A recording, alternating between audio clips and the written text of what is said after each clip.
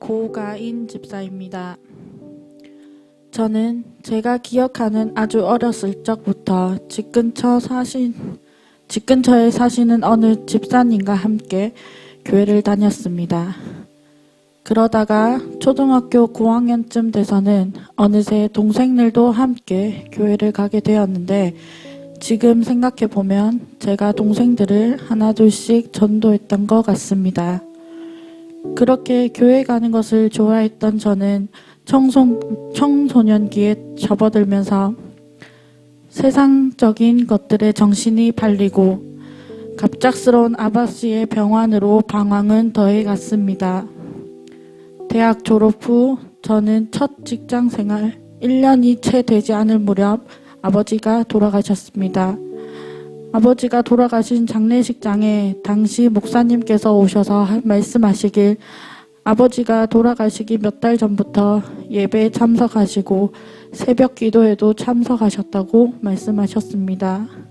저는 아버지가 하나님을 영접한지도 교회에 나가고 있는지도 몰랐습니다.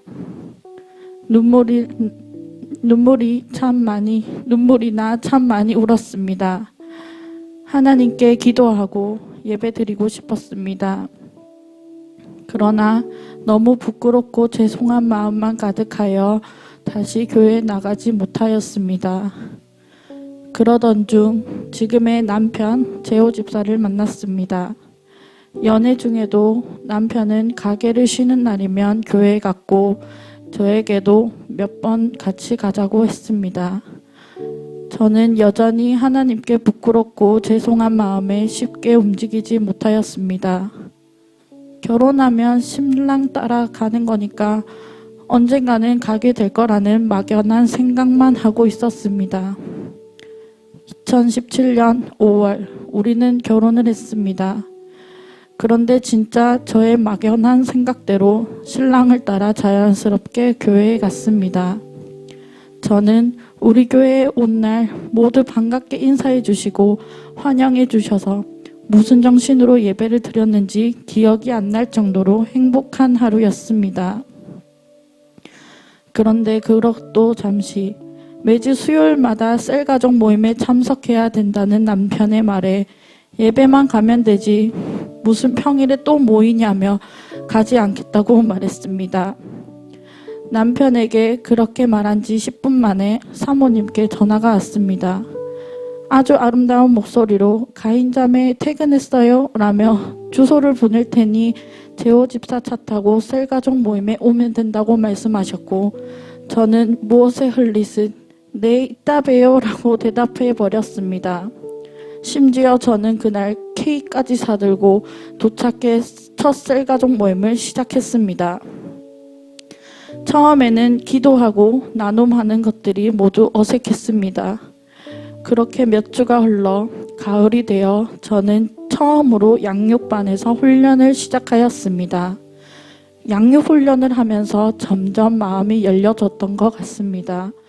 어색하고 부끄러웠던 제가 나눔도 하게 되고 다른 집사님들의 나눔을 듣고 공감도 하며 눈물을 흘렸습니다.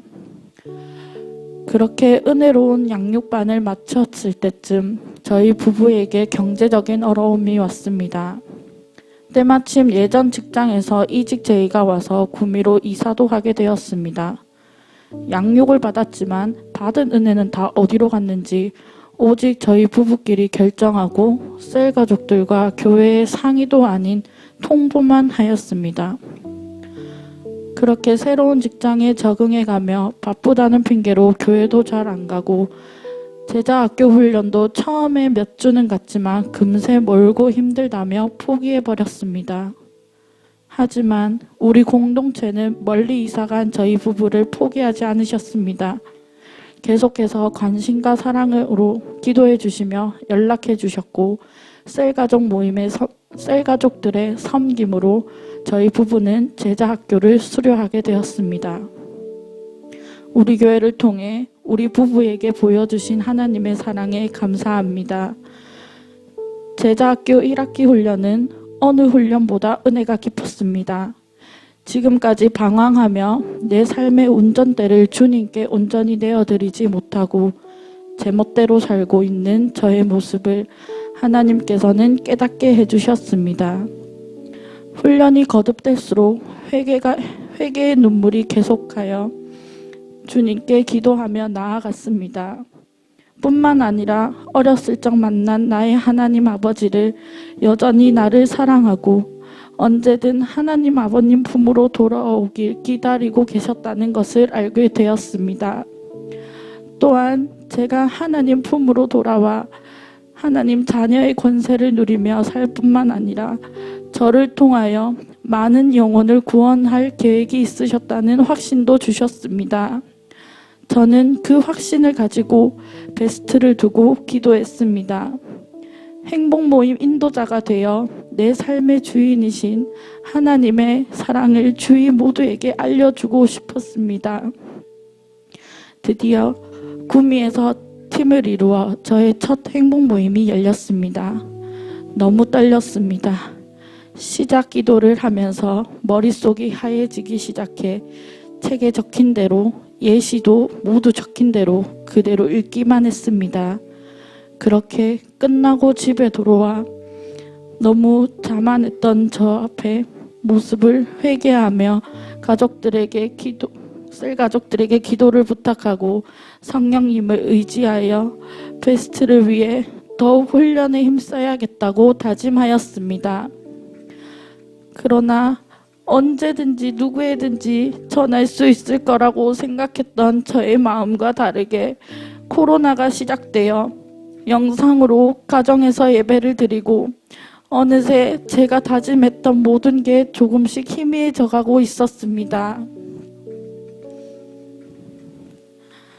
그런 저를 하나님께서는 붙들어 주셔서 현장 예배가 회복될 즈음 미디어국의 팀장으로 불러주셨습니다. 영혼 구원 사명자로 훈련시켜 주시고 세워주셨는데 상황이 어려워지면 넘어지기를 반복하는 모습에 목사님께 죄송하면서도 이번에는 정말 기도하며 잘해야겠다고 마음먹었습니다. 또 절대 쓰러지지 않겠다고 하나님 앞에 결단하였습니다. 역대 최다 인원으로 시작한 제자대학 2학기 훈련을 설렘과 떨림으로 시작했습니다. 지금까지 우리 교회에 온 3년 중에 제일 빠르게 지나가 버린 8주였습니다. 온전히 나의 삶을 주님께 드리니 기도할 때마다 맡은 사역을 감당할 능력을 주시고 또 체력을 주시고 때마다 필요한 물집의 복도 함께 주셨습니다. 일주일 7일 중에 5일을 교회에 왔습니다. 모두 저에게 대단하다며 힘들고 피곤하지 않냐고 물어봅니다. 그런데 저는 하나님께 쓰임받는 기쁨이 너무 기쁘고 행복합니다.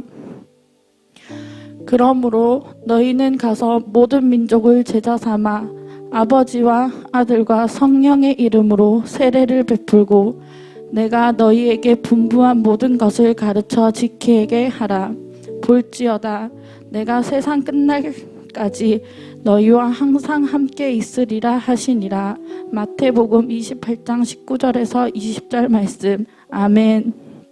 이렇게 훈련은 나로 하여금 하나님의 비전을 위임받아 쓰임받는 기쁨을 누리게 해주셨습니다.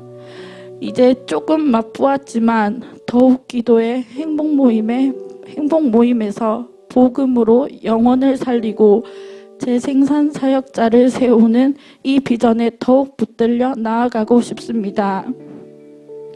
제 삶의 목적을 다시 일깨워 주시고 비전의 사람으로 훈련시켜 주신 목사님 그리고 사모님 너무 감사합니다.